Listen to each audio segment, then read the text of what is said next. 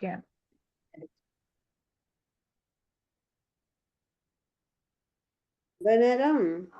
हरे कृष्णा। ओम नमो भगवते वासुदेवाय। ओम नमो भगवते वासुदेवाय। ओम नमो भगवते वासुदेवाय। ओम अज्ञानतिमिरान्धस्य ज्ञानाञ्जनशलाकया चक्षुरुन्मीलितं येन तस्मै श्रीगुरवे नमः। श्रीचैतन्यमनोभीष्टं स्थापितं येन भूतले स्वयं रूपकदा मह्यं ददाति स्वपदान्तिकं। वन्देऽहं श्रीगुरो श्रीयुतापदकमलं श्रीगुरून् वैष्णवांश्च श्रीरूपं साग्रजातं सहगणरघुनाथान्वितं तं सजीवं साद्वैतं सावधूतं परिजनसहितं कृष्णचैतन्यदेवं श्रीराधा कृष्णपादान् सहगणललितान् श्रीविशाखान्वितान् च।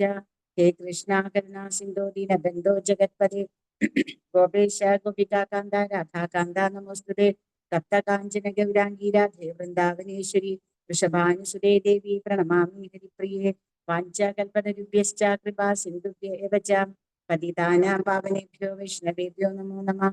नमः ओं विष्णुपादाय कृष्णप्रेष्ठाय भूतले श्रीमते भक्तिवेदान्त स्वामिन्निधि नामिने नमस्ते सारस्वते देवे गौरवाणी प्रचारिणे निर्विशेष शून्यवादी पाश्चात्य देशतारिणे जय श्री कृष्ण चैतन्य प्रभु नित्यानंद श्री अद्वैत गदाधरा श्रीवासादि गौर भक्त वृंदा हरे कृष्णा कृष्ण कृष्ण हरे हरे हरे राम राम राम हरे हरे।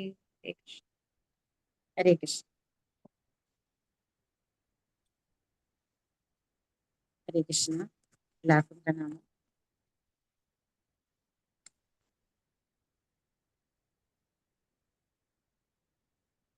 हरे कृष्ण।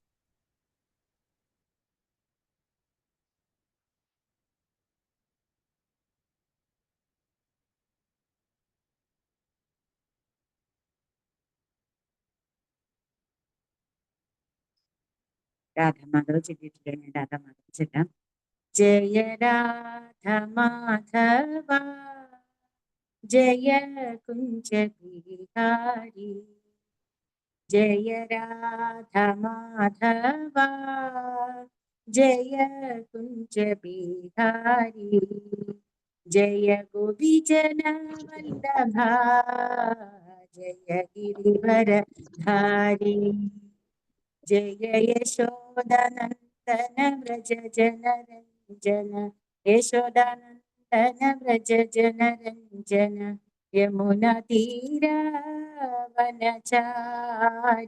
जय राधा माधवा जय कुञ्ज बिहारी जय राधा माधव जय राधा माधव जय राधा माधव जय राधा माधव जय राधे जय राधे जय राधे जय श्री राधे जय प्रभुपाद जय प्रभुपाद जय प्रभुपाद जय श्रील प्रभुपाद जय गुरुदेव जय गुरुदेव जय गुरुदेव जय श्री गुरुदेव निताय गौर हरि बोल निताय गौर हरि बोल हरे कृष्णा कृष्ण कृष्ण हरे हरे हरे राम राम राम हरे हरे हरे कृष्णा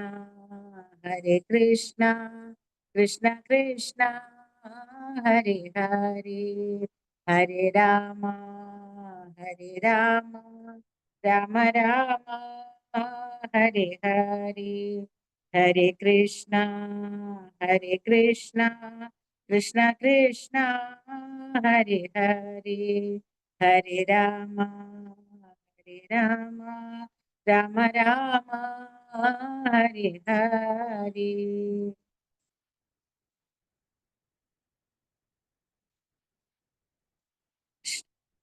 ഇന്ന് നമ്മൾ എടുക്കാൻ പോണത് ഭാഗവതത്തിലെ 1-ാമത്തെ സ്കന്ധത്തിലെ 8-ാമത്തെ അധ്യായത്തിലെ 46-ാമത്തെ ശ്ലോകം.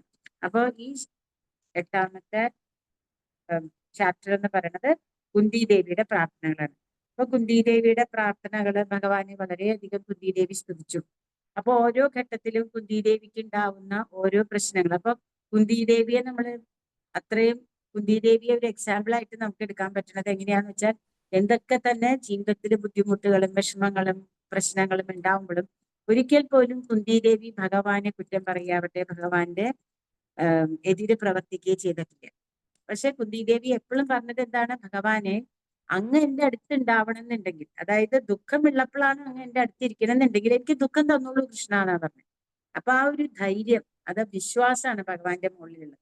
അങ്ങനെയുള്ള ആ കുന്തിദേവിയുടെ പ്രാർത്ഥനകളെല്ലാം കേട്ടിട്ട് ഭഗവാൻ ദ്വാരകയിലേക്ക് പോവാനായിട്ട് നിൽക്കുമ്പോഴാണ് യുധിഷ്ഠിരൻ വളരെ ശോകാകുലനായിട്ട് എന്നാണ് പറയുന്നത്. കാരണം യുധിഷ്ഠിരനെ പോലത്തെ അത്രയും സാത്വികനായിട്ടുള്ള ഒരാള്, അല്ലെ, അത്രയധികം അജാത ശത്രു എന്നല്ലേ പറയാ. കാരണം ഒരു തരത്തിലും ശത്രുക്കളില്ലാത്ത ആ യുധിഷ്ഠിരൻ വന്നിട്ട് ഭഗവാനോട് പ്രാർത്ഥിക്കുന്നുണ്ട്, അല്ലെ, ഭഗവാനെ അങ്ങ് പോയാല് ഞാൻ എന്ത് ചെയ്യും എന്നുള്ളത്. അപ്പൊ ആ ഒരു ഈ ഒരു ശ്ലോകത്തില് ഭഗവാൻ എങ്ങനെയാണ് യുധിഷ്ഠിരന്റെ അടുത്ത് എങ്ങനെയാണ് എന്നുള്ളതൊക്കെ എല്ലാം വരുന്ന ശ്ലോകത്തിൽ നമ്മൾ പഠിക്കും. എന്നാലും ഇവിടെ ആ യുധിഷ്ഠിരന്റെ അവസ്ഥയാണ് നമ്മൾ മനസ്സിലാക്കാൻ പോണത്. അപ്പൊ നമുക്ക് ശ്ലോകത്തിലേക്ക് കിടക്കാം. ശ്ലോകം 46. വ്യാസാദേവീശ്വരാജ്ഞൈ കൃഷ്ണേനാത്ഭുത കർമ്മണ പ്രബോധിതോഭിർഹാസേർനാബുദ്ധ്യത ശുചാർപ്പിത. വ്യാസാദ്യൈ ഈശ്വരോഹാജ്ഞൈ കൃഷ്ണേനാത്ഭുത കർമ്മണ പ്രബോധിതോഭീതഹാസൈർനാബുദ്ധ്യത ശുചാർപ്പിത. അപ്പൊ ഇത് നമ്മള് കുറച്ചും കൂടെ ഇതായിട്ട് പറയുകയാണെങ്കിൽ, വ്യാസാദ്യൈ ഈശ്വര ഈഹാജ്ഞൈ കൃഷ്ണേന അത്ഭുത കർമ്മണ പ്രബോധിത അഭി ഇതിഹാസൈഹി ന അബുദ്ധ്യത ശുച അർപ്പിത. ഇവിടെ എന്താ പറയണത്? വിവർത്തനത്തിൽ പറയുന്നു, ശോകാകുലനായ യുധിഷ്ഠിര മഹാരാജാവിനെ സ്വാന്തനപ്പെടുത്തുവാൻ വ്യാസ മഹർഷിയുടെ നേതൃത്വത്തിലുള്ള മഹർഷി വര്യന്മാരുടെ ഉപദേശങ്ങൾക്കോ അതിമാനുഷിക കാര്യങ്ങൾ നിർവഹിക്കുന്ന ശ്രീകൃഷ്ണ ഭഗവാനോ എല്ലാ ചരിത്ര പ്രമാണങ്ങൾക്കുമോ കഴിഞ്ഞില്ല. ഇവിടെ ഭാവാർത്ഥത്തില് ശിലപ്രഭുപാദ് എന്താ പറഞ്ഞതെന്ന് വായിക്കാം. ശിലപ്രഭുപാദ് കി ജയ്.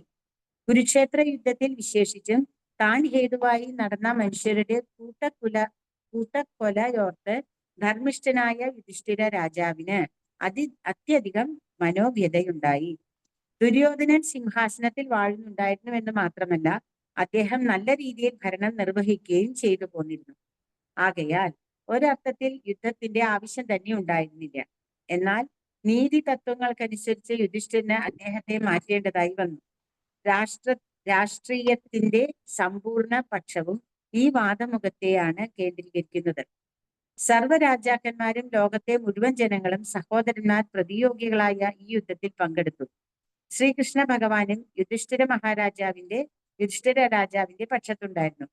18 ദിവസത്തെ കുരുക്ഷേത്ര യുദ്ധത്തിൽ 640 കോടി മനുഷ്യർ വധിക്കപ്പെടുകയുണ്ടായിരുന്നുവെന്നും അനേക ദശലക്ഷങ്ങളെ കാണാതായി എന്നും മഹാഭാരതം ആദിപർവം 2:25 പ്രതിപാദിക്കുന്നു. ഫലത്തിൽ 5000 വർഷങ്ങൾക്കുള്ളിലുണ്ടായ ഏറ്റവും വലിയ മഹായുദ്ധമായിരുന്നു ഇത്. മഹാരാജാവ് യുധിഷ്ഠിരനെ സിംഹാസനാരൂഢനാക്കാനായി മാത്രം നടത്തപ്പെട്ട ഈ കൂട്ടക്കുരുതി അത്യന്തം വേദനാജനകമാണ്. ആകയാൽ ഉദ്ദേശം നീതിനിഷ്ഠമാകയാൽ യുദ്ധവും നീതിപൂർവകമാണെന്ന് വ്യാസദേവനെ പോലെയുള്ള ശ്രേഷ്ഠ ഋഷിവര്യന്മാരും ഭഗവാൻ ശ്രീകൃഷ്ണൻ സ്വയം വിവരിച്ച ചരിത്ര പ്രമാണങ്ങൾ അനുസരിച്ച് സ്വയം ബോധ്യപ്പെടുത്തുവാൻ അദ്ദേഹം ശ്രമിച്ചു. എന്നാൽ അക്കാലത്തെ ഏറ്റവും മഹത് വ്യക്തികളാൽ നിർദ്ദേശിക്കപ്പെട്ടിട്ട് പോലും യുധിഷ്ഠിര മഹാരാജാവ് സംതൃപ്തനായില്ല. ശ്രീകൃഷ്ണ ഭഗവാനെ ഇവിടെ അതിമാനുഷിക കൃത്യങ്ങൾ നിർവഹിച്ചവനായി സംബോധന ചെയ്തിരിക്കുന്നു. എന്നാൽ ഈ വിശേഷ സന്ദർഭത്തിൽ വ്യാസദേവനോ ശ്രീകൃഷ്ണ ഭഗവാനോ യുധിഷ്ഠിര മഹാരാജാവിനെ ബോധ്യപ്പെടുത്തുവാൻ കഴിഞ്ഞില്ല. അതിമാനുഷിക കർത്താവ് എന്ന നിലയിൽ ഭഗവാൻ പരാജയപ്പെട്ടു എന്നാണോ ഇതിനർത്ഥം? അല്ല, നിശ്ചയമായും ഇത് അപ്രകാരം അർത്ഥമാക്കുന്നില്ല.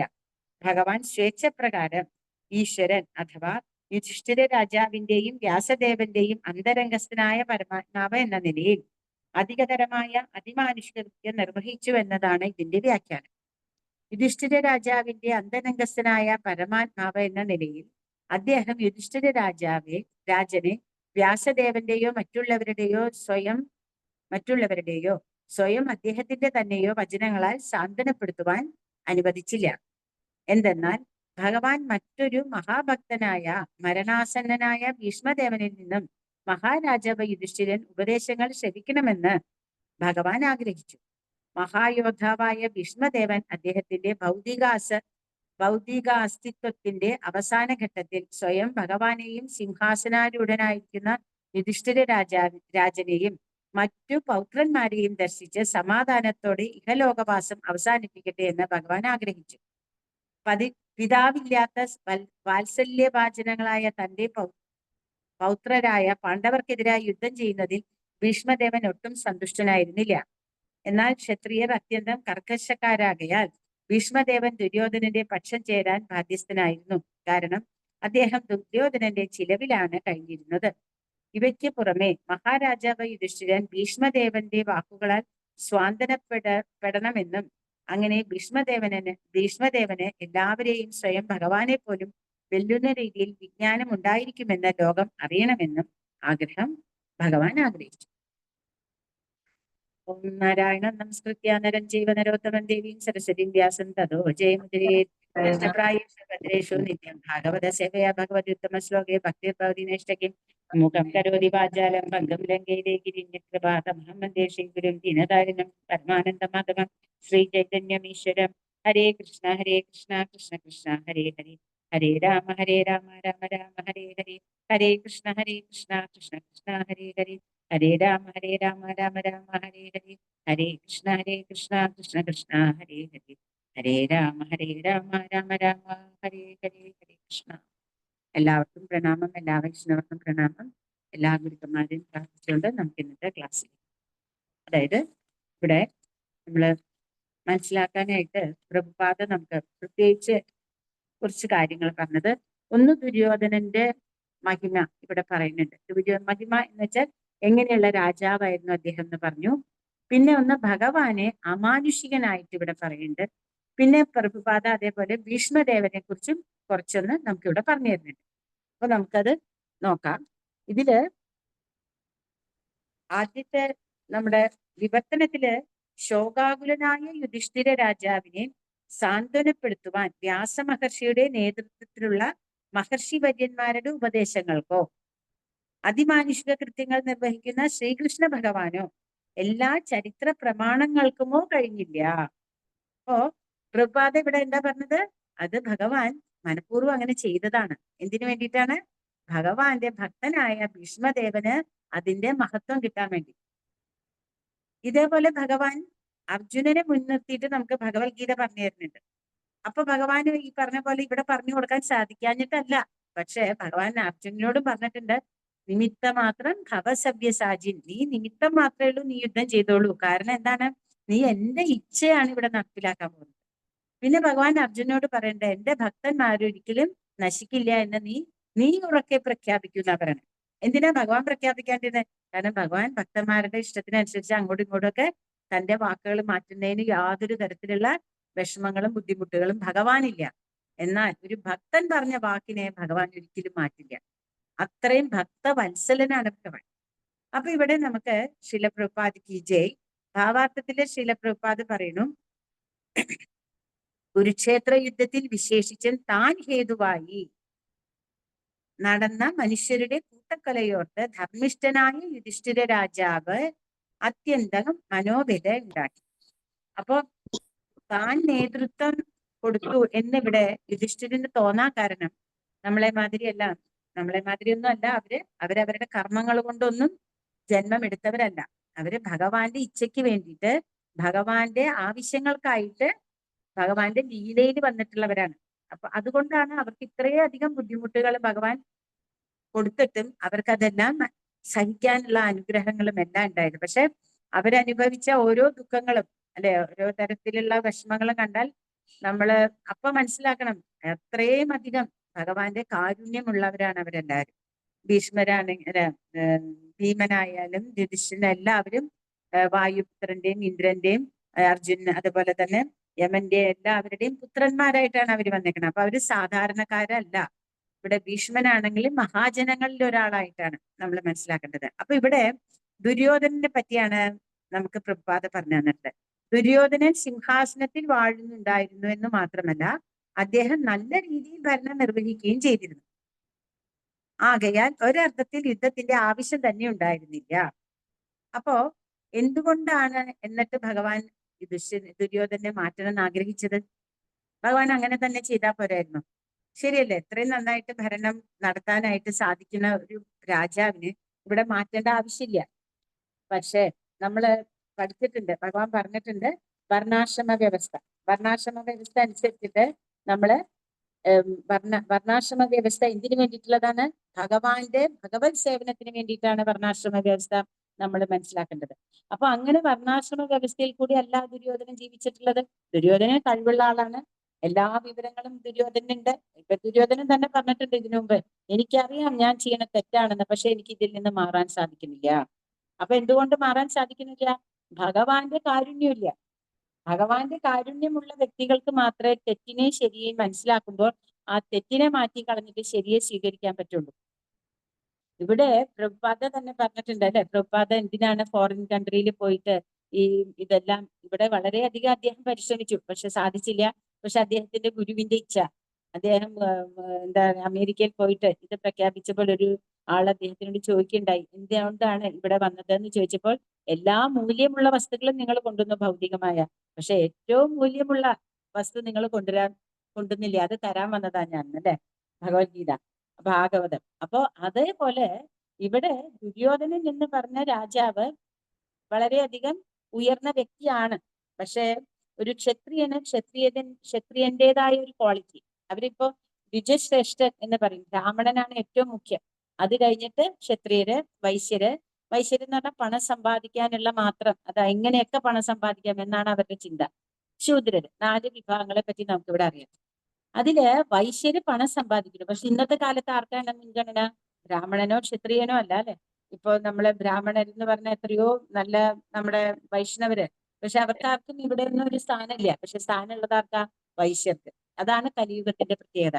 അപ്പൊ ഇവിടെ നമ്മള് ഭാഗവതത്തിൽ തന്നെ നമ്മൾ പഠിക്കുന്നുണ്ട്, അത പുംബീർ ദ്വിജശ്രേഷ്ഠ വർണ്ണാശ്രമ വിഭാഗശഃ സ്വനിഷ്ഠിതസ്യ ധർമ്മസ്യ സംസിദ്ധിർ ഹരിതോഷണം. നമ്മൾ 2ാമത്തെ ചാപ്റ്ററിൽ ഇത് പഠിച്ചിട്ടുണ്ട്.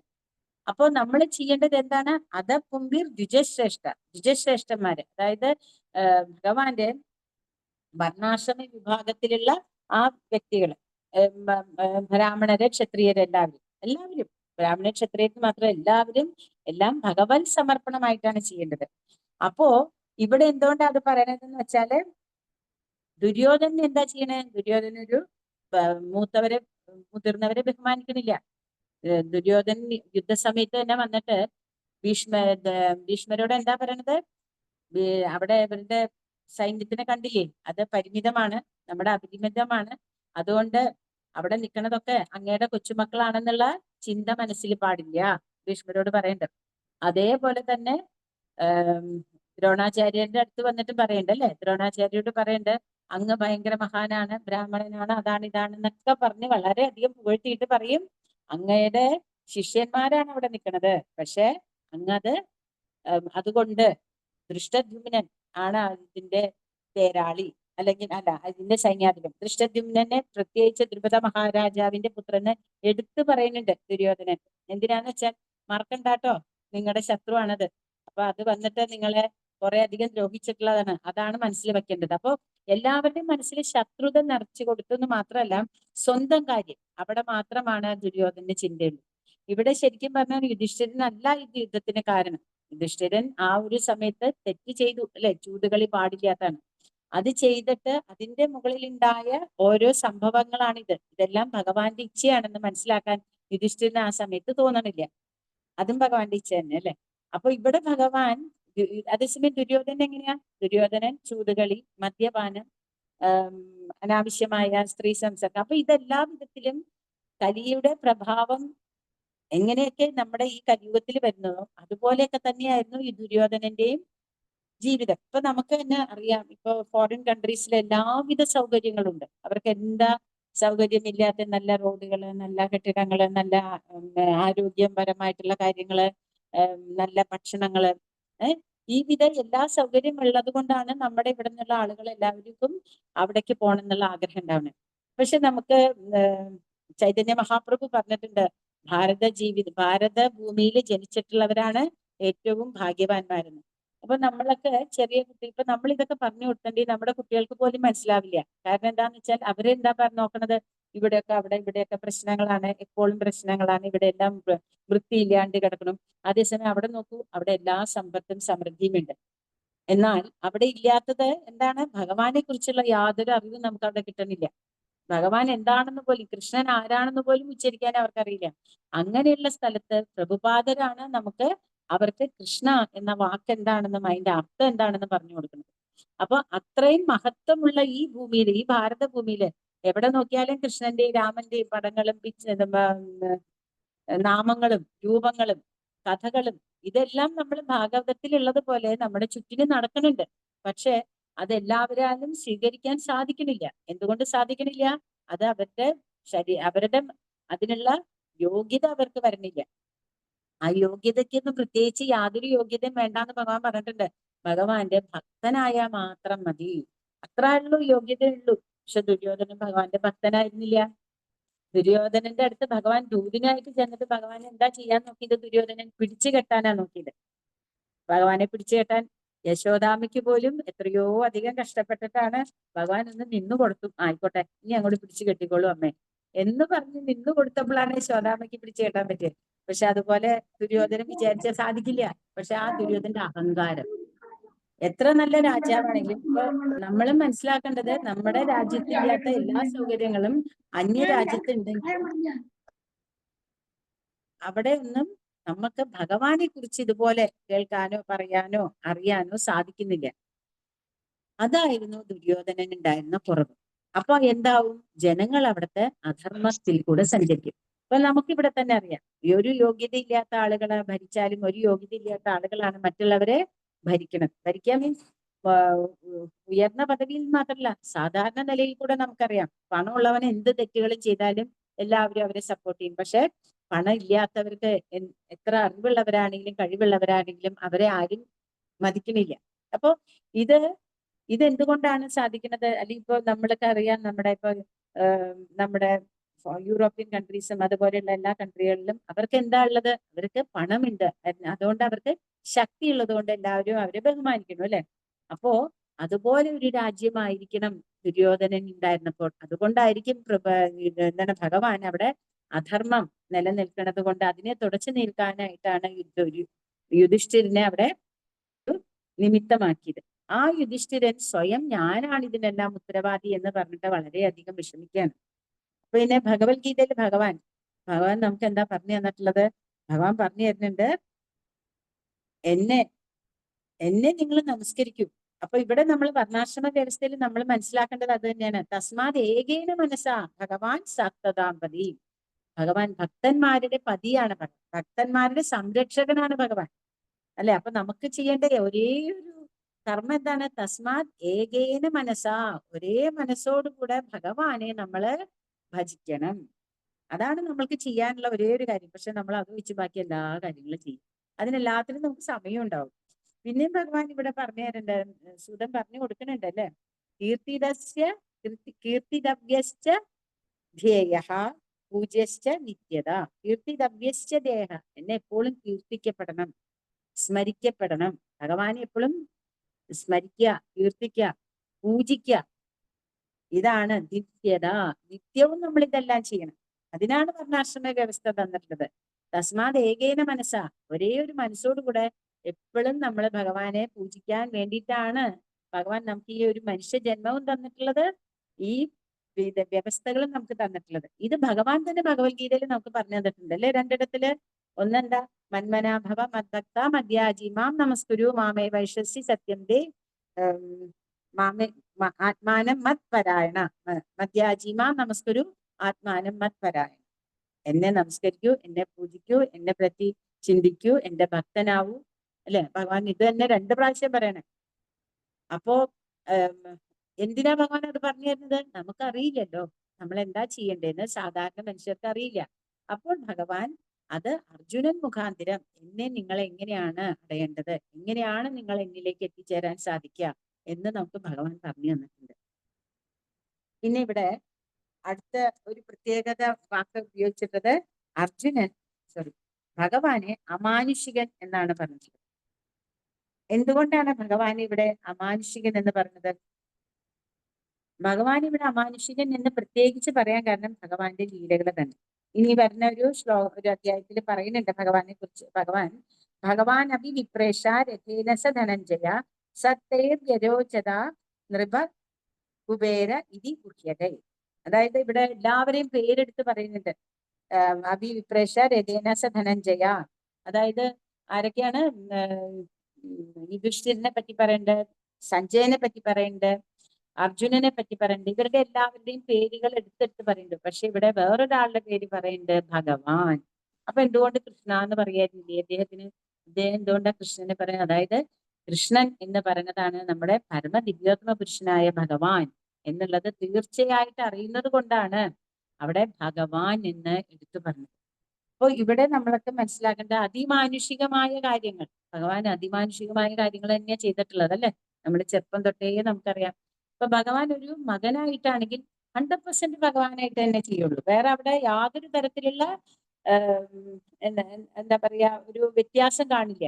നമ്മളിപ്പോ ഒരു കുട്ടിയാണ് ഭഗവാൻ, ആ കുട്ടിയുടെ എല്ലാത്തരം കുസൃതികളും എല്ലാത്തരം അമ്മോടുള്ള അറ്റാച്ച്മെന്റും അമ്മയുടെ അടുത്തുള്ള കളികളും ചിരികളും ഒക്കെ ഭഗവാൻ അത്രയധികം ആസ്വദിക്കാനായിട്ട് ഭഗവാൻ ലീലകളാണ്. പിന്നെ ഭഗവാൻ ഒരു ഭർത്താവായപ്പോ ഭഗവാൻ എന്താ ചെയ്തത്? ഒരു കാമുകനായിരുന്നപ്പോ എന്താ ചെയ്തത്? അത്രയധികം എന്താണ് ഗോപികമാരോടൊത്ത് ഭഗവാൻ കളിച്ചു. ഭർത്താവായപ്പോ എന്തായിരുന്നു ഭഗവാൻ ചെയ്തത്? 1108 ഭാര്യമാരെ, നിസാര കാര്യമല്ല, അത്രയും പേര്. അപ്പൊ ഓരോരുത്തർക്കും തോന്നിയിട്ടുണ്ട് ഇത് എന്റെ കൃഷ്ണനാണ്, എനിക്ക് വേണ്ടി എന്റെ ഭർത്താവ് എല്ലാം ചെയ്തത്. കൃഷ്ണനാന്നല്ല, എന്റെ ഭർത്താവ് എനിക്ക് വേണ്ടിയാണ് എല്ലാം ചെയ്തത്. എന്റെ ഭർത്താവ് എന്നെ സ്നേഹിക്കുന്ന പോലെ വേറെ ആരെയും സ്നേഹിക്കുന്നില്ല. ഓരോരുത്തർക്കും അങ്ങനെയാ തോന്നിയിട്ടുള്ളത്. അവർക്ക് അതിന് വേണ്ട വലിയ വലിയ എന്താ പറയാ കെട്ടിടങ്ങൾ, സ്വർണത്തിന്റെയാണ് ഭഗവാൻ അവിടെയുള്ള അലങ്കാരങ്ങളെല്ലാം ചെയ്തിരുന്നത്. അതേപോലെ തന്നെ നമ്മൾ കാണുന്ന പോലെ ഓരോ ഇപ്പോഴത്തെ നമ്മൾ ഓരോ വീടുകളൊക്കെ പറയില്ലേ എന്താ ഭംഗി എന്നൊക്കെ പറയുന്നത് ഒന്നുമില്ല എന്ന് ഭഗവാൻ അവർക്ക് 16,108 ഹർമ്മ്യങ്ങളാണ് ഭഗവാൻ ഉണ്ടാക്കി കൊടുത്തിട്ടുള്ളത്. അതുപോലെ പൂന്തോട്ടം എങ്ങനെയാണ് ഇത് പാരിജാത വൃക്ഷം കൊണ്ടുവന്ന് വെച്ചിട്ടാണ് ഭഗവാൻ പൂന്തോട്ടം ഉണ്ടാക്കിക്കുന്നത്. അങ്ങ് പാരിജാത വൃക്ഷത്തിന്റെ കഥ നമുക്കറിയാം അല്ലെ? ഭഗവാൻ സത്യഭാമയും കൂടെ വരുന്ന സമയത്ത് ആ പൂവിന്റെ മണം വന്നപ്പോ സത്യഭാമ ഒരു പൂ വേണമെന്ന് ചോദിച്ചപ്പോ ഭഗവാൻ എന്ത് പറഞ്ഞു? ആ വൃക്ഷത്തോട് കൂടെ എടുത്തു. അപ്പൊ എന്താ ഉണ്ടായേ? ഇന്ദ്രൻ വന്നിട്ട് അവിടെ ഭഗവാനായിട്ട് ഏറ്റുമുട്ടുകയാണ്. ഭഗവാനായിട്ട് പറഞ്ഞു ഇത് കൊണ്ടുപോകാൻ പാടില്ല. പക്ഷെ അന്ന് ആലോചിച്ച് നോക്കൂ, ഇതിന്റെ എല്ലാത്തിന്റെയും അധിപതിയായിട്ടുള്ള ഭഗവാനോട് പോലും ഇന്ദ്രന് അതങ്ങനെ പറയാൻ തോന്നിയത് ഇന്ദ്രന്റെ ആ ശരീര ബോധത്തിലുള്ള നിപ്പിലാണ് അല്ലെ?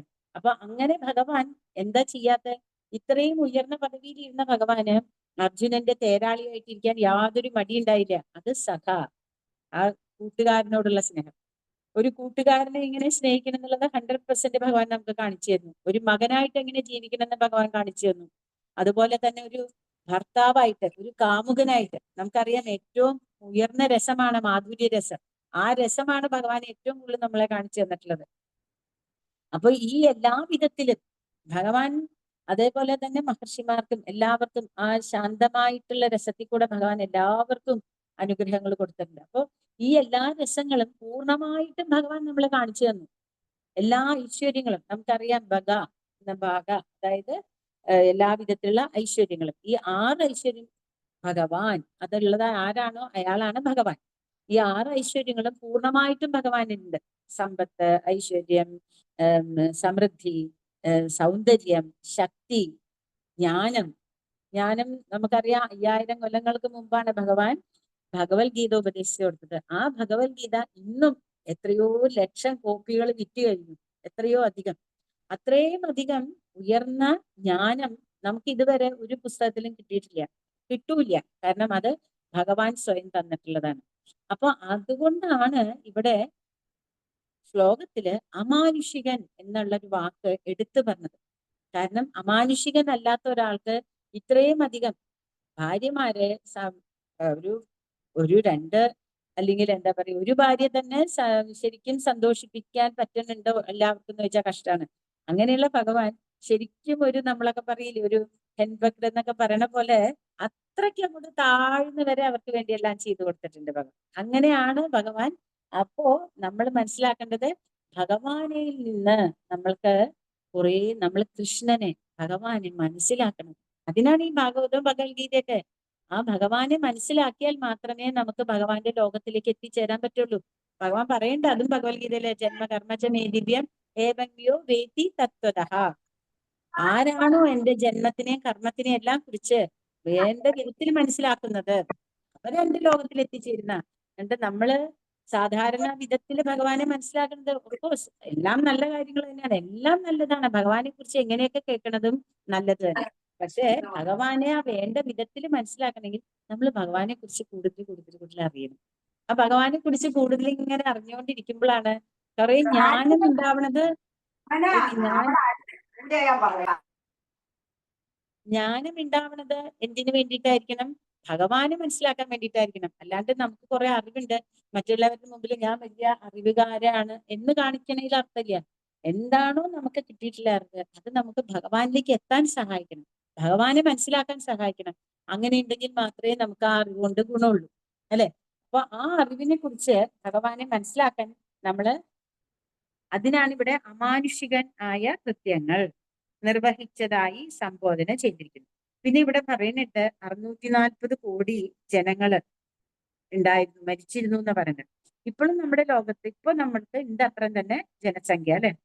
അപ്പോ ഭഗവാൻ എന്തിനു വേണ്ടിയിട്ടായിരുന്നു അത് ചെയ്തതെന്ന് വെച്ചാൽ, അത്രയധികം അധർമ്മം അന്ന് നിലനിന്നിരുന്നു. അപ്പൊ ആ അധർമ്മത്തിനെ മാറ്റാൻ വേണ്ടിയിട്ടാണ് യുധിഷ്ഠിരനെ പോലത്തെ, കാരണം യുധിഷ്ഠിരന് അത്രയും ഒരു ഭക്തനാണ് ഭഗവാൻ.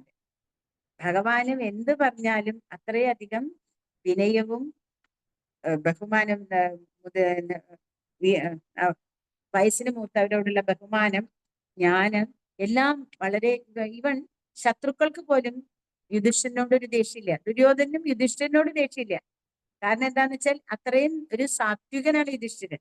ആ യുധിഷ്ഠിരന് എന്തിനു വിഷമിച്ചു? അപ്പൊ ഇവിടെ വേറൊരു കാര്യം ഭഗവാൻ വളരെ കാര്യമായിട്ട് എന്താ പറയണതെന്ന് വെച്ചാൽ,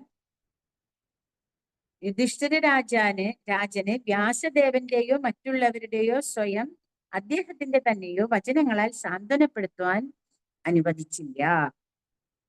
എല്ലാവരും ഭഗവാനെ മനസ്സിലാക്കി എല്ലാവർക്കും അറിവുള്ളവരാണ്. വ്യാസദേവൻ എന്നൊക്കെ പറഞ്ഞിട്ടുണ്ടെങ്കിൽ ഭഗവാന്റെ തന്നെ ജ്ഞാനമായിട്ടുള്ള അംശം ആയിട്ടാണ് വന്നിരിക്കുന്നത്. അപ്പൊ ഞാൻ നന്നായിട്ട് ഇത്രയെല്ലാം രചിച്ച ഒരാൾക്ക് ഇതിനെപ്പറ്റിയെല്ലാം ഭംഗിയായിട്ട് പറഞ്ഞു കൊടുക്കാൻ സാധിക്കും. പക്ഷേ യുധിഷ്ഠിരനെ അത് പറഞ്ഞു കൊടുത്താൽ പോരാ. എന്തിനു വേണ്ട? ഭഗവാൻ എന്താ പറഞ്ഞത്? സിംഹാസനാരൂഢനായിരിക്കുന്ന യുധിഷ്ഠിര രാജാവിനെയും മറ്റു പൗത്രന്മാരെയും ദർശിച്ച് സമാധാനത്തോടെ ഇഹലോകവാസം അവസാനിപ്പിക്കട്ടെ എന്ന് ഭഗവാൻ ആഗ്രഹിച്ചു. ആരാണ്? ഭീഷ്മദേവൻ. ഭീഷ്മദേവന് ഒരു വരം കിട്ടിയിട്ടുണ്ട്, എല്ലാവർക്കും അറിയാം, സ്വച്ഛന്ത മൃത്യു. എപ്പോഴാണോ ആ ആഗ്രഹിക്കുന്നത്, എനിക്ക് ഈ ശരീരം ഉപേക്ഷിക്കാറായി, ഞാൻ ഈ ശരീരം ഉപേക്ഷിക്കണം എന്ന് ഭീഷ്മദേവന് തോന്നണമെന്നോ, അപ്പോഴേ ഭീഷ്മദേവന് മൃത്യു വരുള്ളൂ. അത്രയും വലിയ ഭീഷ്മമായി ശപഥം ചെയ്ത കഥയാണ്, അതൊക്കെ നമുക്ക് അറിയാവുന്നതാണ്. പിന്നിപ്പോ നമ്മുടെ ഭീഷ്മദേവരുടെ പറ്റി പഠിക്കുമ്പോൾ നമുക്കത് മനസ്സിലാക്കാമല്ലോ. അപ്പോ ആ ഭീഷ്മദേവര് എന്തിനു ഭഗവാൻ ആ ഒരു ചാൻസ് കൊടുത്തു എന്നാണ് ഇവിടെ പറയുന്നത്. ഭീഷ്മദേവർക്ക് ശരീരം ഉപേക്ഷിക്കണം എന്നുണ്ടെങ്കിൽ ആ സിംഹാസനം ശരിയായ ആളുടെ അടുത്താണ്, അല്ലെങ്കിൽ അത് സുരക്ഷിതമാണെന്ന് അദ്ദേഹത്തിന് ബോധ്യമായിരുന്നു. ഒന്നത്. രണ്ട്, ഭഗവാന്റെ ഭക്തനാണ് ഭീഷ്മൻ. മഹാജനങ്ങളിൽ ഒരാളാണ് ഭീഷ്മര്. ഭീഷ്മദേവർക്ക് നന്നായിട്ട് അറിയാം, സാക്ഷാൽ ഭഗവാനാണ് ഇവിടെ പരമദിവ്യോത്തമ പുരുഷനായ യദുകുലത്തിന്റെ അധിപതിയായി വന്നിട്ടുള്ള കൃഷ്ണൻ, അല്ലെങ്കിൽ അർജുനന്റെ കൂട്ടുകാരനായിട്ടുള്ള കൃഷ്ണൻ, ഗോപസ്ത്രീകളുടെ കൂടെ വിളയാടുന്ന കൃഷ്ണൻ, യശോദാമ്മയുടെ കൊച്ചുമോൻ എന്ന് പറയണതിന് അപ്പുറം ആ പാർത്ഥസാരഥിയായിട്ടുള്ള കൃഷ്ണനെ ഭീഷ്മദേവര് ചോദിക്കുന്നുണ്ട്, എനിക്ക് ആ പാർത്ഥസാരഥി രൂപത്തിലുള്ള അങ്ങനെയാണ് കാണേണ്ടത് എന്ന് പറയുന്നുണ്ട്. അപ്പോ അത്രയും വലിയൊരു ഭക്തനെ എന്തുകൊണ്ട് ഭഗവാൻ തെറ്റ് ചെയ്യിച്ചു? അല്ലെ? ഭഗവാന്റെ ഇച്ഛയാണത്. ഭഗവാന്റെ ഇച്ഛ പ്രകാരമാണ് ഭീഷ്മര് ഒരു തെറ്റായ ആളുകളുടെ കൂട്ടത്തിൽ വന്നിട്ട് യുദ്ധം ചെയ്യേണ്ടി വന്നത്. കാരണം ഭീഷ്മദേവന്റെ ഒരു ആ ശക്തിയിലാണ് ദുര്യോധനനെ പോലെയുള്ള അധർമ്മികൾക്ക് യുദ്ധം ചെയ്യാനുള്ള ഒരു പ്രേരണ. അല്ലെങ്കിൽ എങ്ങനെയാ അവർക്ക് യുദ്ധം ചെയ്യാൻ ധൈര്യമില്ല? അതിന് പറ്റിയ ഒരാൾ കൂടെ വേണമല്ലോ. അപ്പൊ ആ ഭീഷ്മദേവര് അത്രയും ശക്തനായ ഭക്തനായ ഭീഷ്മദേവരുടെ മനസ്സിനും ഒരു ആശ്വാസമാണ് അല്ലെ. എല്ലാം ഞാൻ പറഞ്ഞേൽപ്പിച്ചു ആരെ, യുധിഷ്ഠിരനെ. ഇനി ഭീഷ്മദേവര് വളരെ ശാന്തമായിട്ടിരിക്കുക. അപ്പൊ ഭഗവാന്റെ ഭക്തർക്ക് വേണ്ടി, ഭഗവാന്റെ ഭക്തരുടെ മനസ്സിനെ അറിഞ്ഞ്, എന്തുകൊണ്ട് മനസ്സിനെ അറിയാൻ പറ്റുന്നത് ഇതിൽ പറയുന്നുണ്ട്. അതായത് ഭീഷ്മദേവരുടെ ഉള്ളിലാണെങ്കിലും നമ്മളുടെ എല്ലാവരുടെയും പരമാത്മ രൂപത്തില്, യുധിഷ്ഠിര രൂപത്തിന് പരമാത്മ രൂപത്തിൽ ഭഗവാൻ ഉണ്ട്. ആ ഭഗവാൻ എന്താ ചെയ്യണത്? ഇവിടെ ഭീഷ്മദേവർക്ക് ആ ഒരു മനസ്സിന് എല്ലാവിധത്തിലുള്ള സന്തോഷം നൽകാൻ വേണ്ടിയിട്ടാണ്. അപ്പോ ദുര്യോധനന്റെ പക്ഷം ചേരാനായിട്ടുള്ള ഒരു കാരണം, അല്ലെങ്കിൽ ദുര്യോധനന്റെ കൂടെ നിൽക്കാനുള്ള കാരണം പറയുന്നത് ദുര്യോധനന്റെ ചിലവിലാണ് കഴിഞ്ഞിരുന്നത്. അത് നമ്മൾ ഇതിനു മുമ്പും ഭഗവത്ഗീതയിൽ പഠിക്കുന്നുണ്ടല്ലേ. പ്രഭുപാദ ഇത് തന്നെ പറയുന്നുണ്ട്. കാരണം ദ്രൗപദി വസ്ത്രാക്ഷേപ സമയത്ത് ഭീഷ്മരോ ദ്രോണരോ ഒന്നും സംസാരിക്കാണ്ട് മൗനിയായിട്ടിരിക്കുന്നുണ്ട്. കാരണം പറയണത് ദുര്യോധനന്റെ ചിലവിലായതുകൊണ്ടാണ്. അതെ, കാരണം ദുര്യോധനന് വേണ്ടി ആ ഒരു സിംഹാസനത്തിനെ രക്ഷിക്കുക എന്നുള്ളത് ഭീഷ്മദേവരെ അച്ഛന് കൊടുത്ത, അല്ലെ സത്യവതിയുടെ അച്ഛന് കൊടുത്തിട്ടുള്ള ഒരു വാക്കാണ്. ഒരു കാരണവശാലും ഞാൻ ആ സിംഹാസനത്തിൽ ഇരിക്കില്ല എന്നും ആ സിംഹാസനത്തിൽ ഇരിക്കുന്നവരെ ഞാൻ സംരക്ഷിച്ചോളാം എന്നുള്ളത്. അപ്പോ അത് ഭീഷ്മദേവരുടെ ഒരു കടമയാണ്. അപ്പൊ ഭീഷ്മദേവര് അവിടെ രാജാവായിട്ട് ഒരാൾ ഇരിക്കുമ്പോൾ, രാജാവ് ശരിക്കും ആ രാജ്യം ഭീഷ്മദേവരുടെ ആണെങ്കിൽ കൂടെ ആ സമയത്ത് രാജാവ് ആരാണോ ആ രാജാവിന്റെ ചിലവിൽ, അല്ലെങ്കിൽ ആ രാജാവിനെ അനുസരിച്ച് ജീവിക്കുക എന്ന് പറയുന്നതാണ് ഭീഷ്മദേവർക്ക് ഇവിടെ ചെയ്യേണ്ടി വന്നത്. അതുകൊണ്ട് യുധിഷ്ഠിരൻ ഭീഷ്മദേവന്റെ വാക്കുകളാൽ സാന്ത്വനപ്പെടണമെന്നും അങ്ങനെ ഭീഷ്മദേവനെ എല്ലാവരെയും സ്വയം ഭഗവാനെ പോലും വെല്ലുന്ന രീതിയിൽ വിജ്ഞാനമുണ്ടായിരുന്നുവെന്ന് ലോകം അറിയണമെന്നും ഭഗവാൻ ആഗ്രഹിച്ചു. അപ്പൊ ഇവിടെ ഭഗവാൻ ഭീഷ്മദേവർക്ക് കൊടുത്ത വേറൊരു അനുഗ്രഹം എന്താന്ന് വെച്ചാൽ, സാധാരണ ഒരു യുദ്ധം ചെയ്ത ആളല്ല ഭീഷ്മര് എന്ന് നമ്മൾ മനസ്സിലാക്കണം. അദ്ദേഹം ഭഗവാനെ പോലും, ഭഗവാന്റെ അത്രം തന്നെ ഭഗവാനാണ് ഏറ്റവും ജ്ഞാനമുള്ള ആള്. അപ്പൊ ആ ജ്ഞാനം ഭഗവാൻ ഭീഷ്മരെ കൊണ്ട് യുധിഷ്ഠിരനെ പറഞ്ഞു കൊടുപ്പിക്കുകയാണ് ചെയ്യുന്നത്. കാരണം എന്റെ ഭക്തര് ഏറ്റവും ഭഗവാൻ ഇഷ്ടതാണ്. എന്റെ ഭക്തര് ഇപ്പൊ പ്രഭുപാദയുടെ കാര്യം നമ്മൾ പറയൂലേ, പ്രഭുപാദെ ചൈതന്യ മഹാപ്രഭു പറഞ്ഞിട്ടുണ്ട്, എന്റെ ഈ ഒരു കർമ്മ, ഈ ഒരു ജ്ഞാനം എല്ലായിടത്തും എത്തിക്കാനായിട്ട് ഒരാള് വരുന്നു. എന്തുകൊണ്ട് അദ്ദേഹത്തിന് സാധിക്കാഞ്ഞിട്ടാണോ? അല്ല, അപ്പൊ ഭഗവാൻ അദ്ദേഹത്തിന്റെ ഭക്തന്മാർക്ക് കൊടുക്കുന്ന ഓരോ അവസരമാണത്. കാരണം എന്റെ ഭക്തൻ മുഖാന്തരം വേണം. അപ്പൊ അങ്ങനെ ഒരു ഭക്തനാവുമ്പോഴേ നമുക്ക് ആ ഭക്തന്റെ വില മനസ്സിലാവുള്ളൂ. സാധാരണ ഒരാൾ പറയണ പോലെയല്ല ഒരു ഭക്തൻ പറഞ്ഞു തരുന്നത്.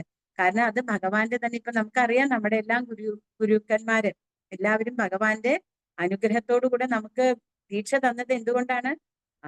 അവര് അത്രയും യോഗ്യരായതാണ്. ഭഗവാന്റെ റെപ്രസെന്റേറ്റീവ്സ് ആണ് ഗുരുക്കള്. ആ ഭഗവാന്റെ റെപ്രസെന്റേറ്റീവ്സ് ആയിട്ട്, എന്നാൽ അവരാണ് ഭഗവാൻ അവരെ നമുക്ക് ഭഗവാന്റെ രൂപത്തിൽ നമുക്ക് കൊണ്ടു തരികയാണ് അല്ലെ, ജ്ഞാനത്തിന് വേണ്ടിയിട്ട്. അപ്പൊ ഇതേപോലെ തന്നെ ഇവിടെ ഒരു ഗുരുവായിട്ടും മുത്തച്ഛനായിട്ടും ഒക്കെയാണ് ഭീഷ്മര് യുധിഷ്ഠിരന്റെ മുന്നിൽ നിൽക്കണത് അല്ലെ, കിടക്കണത്. ആ ഭീഷ്മര ദേവനിൽ നിന്ന് ഭഗവാൻ യുധിഷ്ഠിർക്ക് ആ ജ്ഞാനത്തെ കൊടുത്തിട്ട് യുധിഷ്ഠിരന്റെ ആ വിഷമത്തെ മാറ്റി. കൂട്ടത്തില് ഭീഷ്മദേവർക്ക് മനസ്സിലാവുകയാണ് ശരിയായിട്ടുള്ള, അല്ലെങ്കിലും യുധിഷ്ഠിരനെ പറ്റി അറിയാം, എന്നാലും ശരിയായിട്ടുള്ള സ്ഥലത്ത് അല്ലെങ്കിൽ കരങ്ങളിൽ തന്നെ എനിക്ക് എന്റെ രാജ്യത്തിനെ സുരക്ഷിതമായിട്ട് എത്തിക്കാൻ സാധിച്ചു. അതാണല്ലോ അദ്ദേഹത്തിന്റെ മെയിൻ ആയിട്ടുള്ള ഡ്യൂട്ടി. ആ ഒരു കർമ്മത്തിൽ അത്രയും പവർഫുൾ ആയിരുന്നു ഭഗവാന്റെ. ആ പവർ കൊണ്ടാണ് പരശുരാമനെ പോലും അദ്ദേഹത്തിനെ ചാലഞ്ച് ചെയ്യാൻ പറ്റിയത്. ഭഗവാനെ പോലും ചാലഞ്ച് ചെയ്യുന്നുണ്ടല്ലോ ഭീഷ്മദേവര് അല്ലെ. ഞാൻ അങ്ങേ കൊണ്ട് ആയുധം എടുപ്പിക്കും എന്ന് പറഞ്ഞപ്പോ ഭഗവാൻ ആയുധം എടുത്തത് എന്തിനു വേണ്ടിയിട്ടായിരുന്നു? ഭഗവാന്റെ ഭക്തന്റെ വാക്കുകളെ ഒരിക്കലും തരം താഴ്ത്താതിരിക്കാൻ. എന്റെ ഭക്തന്റെ വാക്ക് അത് ഞാൻ അനുസരിക്കും. അതാണ് ഭഗവാൻ. അത്രയും ഭക്തനായിരുന്നു ഭഗവാൻ. അപ്പൊ ആ അങ്ങനെയുള്ള ഒരു ഭക്തൻ അപ്പുറത്തൊരു ശത്രു പക്ഷത്തിൽ നിർത്തിയിട്ട് ഭഗവാൻ ചെയ്യിച്ചതും ഭഗവാന് അദ്ദേഹത്തിനോടുള്ള സ്നേഹം കൊണ്ടായിരുന്നു. അപ്പോ അങ്ങനെയുള്ള ആ ഭഗവാൻ, ആ അമാനുഷികനായ ഭഗവാനെ കുറിച്ച് നമ്മൾ മനസ്സിലാക്കും തോറും നമുക്ക് കൂടുതൽ ഭഗവാനോട് അടുക്കാൻ സാധിക്കും. അങ്ങനെ ചെയ്താലേ ഉള്ളൂ നമുക്ക് ഭഗവാനോട് ഒരു പ്രേമം ഉണ്ടാവുള്ളൂ. ആ പ്രേമത്തിലേക്ക് എത്തണമെന്നുണ്ടെങ്കിൽ നമ്മൾ ഭഗവാന്റെ കഥകള്, ഭഗവാന്റെ പൂജകള്, ഭഗവാനെ കുറിച്ചുള്ള കാര്യങ്ങളെല്ലാം നമ്മൾക്ക് മനസ്സിലാക്കാനായിട്ടാണ് ഭാഗവതം, അല്ലെ? ഈ ഭാഗവതത്തിൽ കൂടെ നമ്മള് ഭഗവാനെ മനസ്സിലാക്കാൻ എല്ലാവർക്കും സാധിക്കട്ടെ എന്ന് മനസ്സിലാക്കിക്കൊണ്ട് ഹരേ കൃഷ്ണ കൃഷ്ണ കൃഷ്ണ ഹരേ ഹരേ, ഹരേ രാമ രാമ രാമ ഹരേ ഹരേ. എല്ലാവർക്കും പ്രണാമം നിർത്തുന്നു. ഹരേ കൃഷ്ണ. ഹരേ കൃഷ്ണ മാതാജി. ഹരേ അതായത് കൃഷ്ണ. നല്ല ശ്രദ്ധ ആകർഷിക്കുന്ന ഒരു ക്ലാസ്സാ മാതാജിയുടെ. ഭക്തിയോടെ ചൊല്ലുന്ന ക്ലാസ്. അതുകൊണ്ട് പിന്നെ മാതാജി, അതായത് ഭീഷ്മരും ഞാൻ എവിടെ ക്ലാസ്സിൽ കേട്ടിട്ടുള്ളതോ വായിച്ചിട്ടുള്ളതാണ്. ഭീഷ്മർ, കർണൻ ഇവരൊക്കെ ശ്രേഷ്ഠരായ വ്യക്തികളാണ്. ദാനശീലം എല്ലാം. ഈ വ്യക്തികളെ കൊണ്ടുവന്ന് മറുവശത്ത് അധർമ്മികളുടെ വശത്ത് നിർത്തിക്കൊടുത്തത് എന്തിനെന്ന് വെച്ചാൽ ഇത് നമ്മൾ പഠിക്കണം, മനസ്സിലാക്കണം. എത്ര വലിയവനായാലും അധർമ്മത്തിന് കൂട്ടുനിന്നാൽ അവർ ശിക്ഷ ഏൽക്കേണ്ടി വരും. അത് പഠിക്കാൻ കൂടിയാണ് ഭഗവാൻ ചെയ്യുന്നത്. അതായത് എല്ലാം ഒരു പുൽക്കൊടി ചലിക്കുന്നത് പോലും ഭഗവാൻ മുൻകൂട്ടി നിശ്ചയിച്ച പ്രകാരം. ഇങ്ങനെ ഒരു ക്ലാസ് ഞാൻ കേട്ടിട്ടുണ്ട് മാതാജി. അതെ മാതാജി, അതെ മാതാജി, മാതാജി പറഞ്ഞതാണ് അതിന്റെ ശരി. കാരണം ഭഗവാന്റെ ഓരോ ക്ലാസ്സിൽ കേട്ടതാണ് ഞാൻ. അല്ല അതല്ല ഞാൻ പറഞ്ഞത്. ഇപ്പൊ നമുക്ക് ആ ഒരു അറിവ് തന്നത് മാതാജിയാണല്ലോ. അതെ അതെ. അപ്പൊ അത് ഭഗവാൻ, അതാണ് ഭഗവാൻ ഇവിടെ പറയുന്നുണ്ടല്ലോ, ഭീഷ്മരോട് പറയുന്നുണ്ടല്ലോ. അതായത് എന്റെ ഇച്ഛപ്രകാരം നമ്മൾ ഭീഷ്മദേവന്റെ ഇതിൽ പഠിക്കുമ്പോ പറയുന്നുണ്ടല്ലോ മാതാജി, അതിലുണ്ട് പർപ്പറ്റിൽ പറയുന്നുണ്ട്. അതായത് ഭഗവാന്റെ ഇച്ഛ മൂലമാണ് അത്ര ഭീഷ്മരെ ശത്രുപക്ഷത്തിൽ നിർത്തിയത്. കാരണം ഭഗവാൻ അങ്ങനെ ആഗ്രഹിക്കാൻ കാരണം എന്താ വെച്ചാൽ ഭീഷ്മദേവര് അത്രയും ഭക്തനാണല്ലോ. അപ്പൊ ഭക്തനായിട്ട് ആ ഒരു ശത്രുപക്ഷത്തിൽ നിൽക്കുമ്പോ ഭഗവാനെ നേർക്ക് നേരെ കണ്ടിട്ട് ചാലഞ്ച് ചെയ്യുന്നുണ്ടല്ലോ. അപ്പൊ ആ ഒരു രസം അതും ഭഗവാൻ ആസ്വദിക്കുകയാണ്. അതൊക്കെ പിന്നെ അതുപോലെ തന്നെ മാതാജി ബാർബറിക്ക്, അതായത് ഘടോത്കചന്റെ പൗത്രൻ, മഹാഭാരത യുദ്ധം കാണുന്നത് ആ ഒരാള് മാത്രമേ കാണുന്നുള്ളെന്നാ പറയുന്നത്. ആ യുദ്ധത്തിൽ ഒരാളെയും കൊന്നിട്ടില്ല.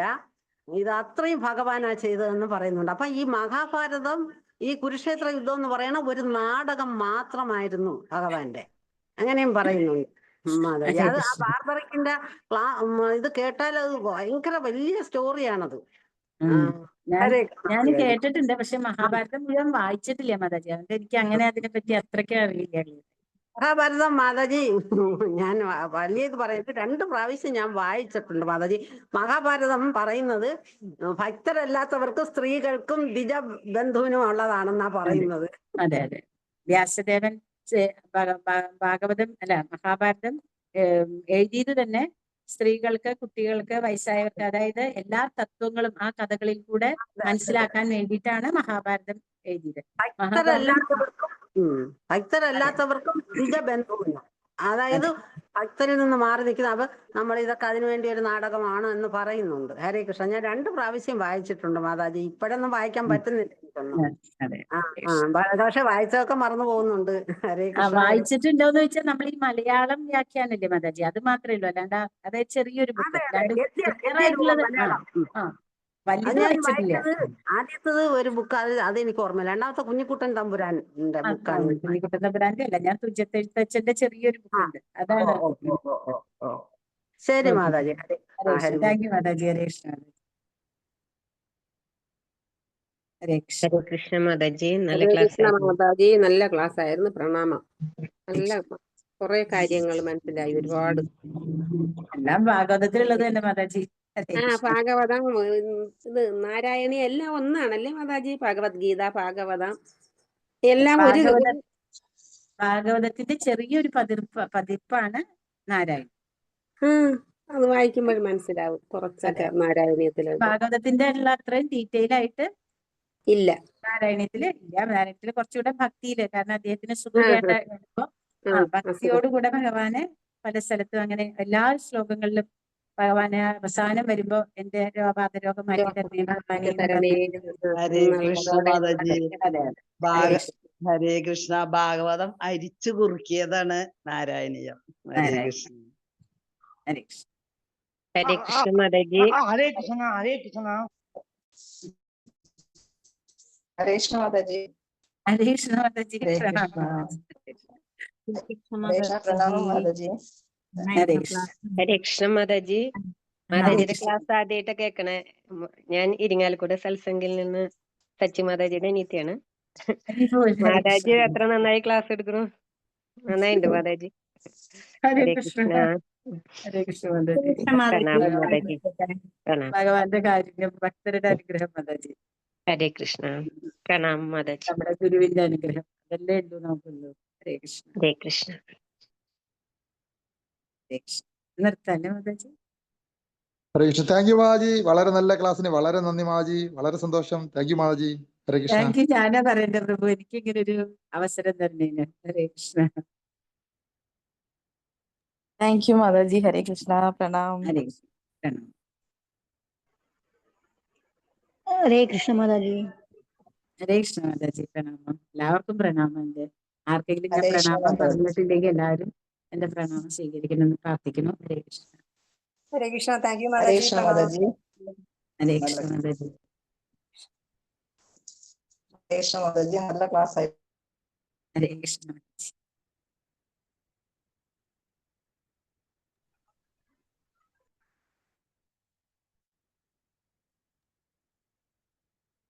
ഹരേ കൃഷ്ണ മാതാജി.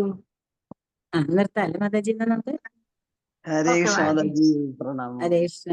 വഞ്ചകൽപ്പതരുഭ്യശ്ച കൃപാസിന്ധുഭ്യശ്ച പതിതാനം പാവനേഭ്യോ വൈഷ്ണവേഭ്യോ നമോ നമഃ. ശ്രീലം കൃപാദിക്കേ ശ്രീലം നിതായി ഗൗരപ്രധാനമന്ത്രി. ഹരി ഹരി ഹരി ഹരേ ബോൾ. കൃഷ്ണ. ഹരേ ഹരേ കൃഷ്ണ. കൃഷ്ണ. താങ്ക് യു മാതാജി. താങ്ക് യു സോ മച്ച് മാതാജി. ഹരേ ഹരേ കൃഷ്ണ കൃഷ്ണ. മാതാജി. Thank U.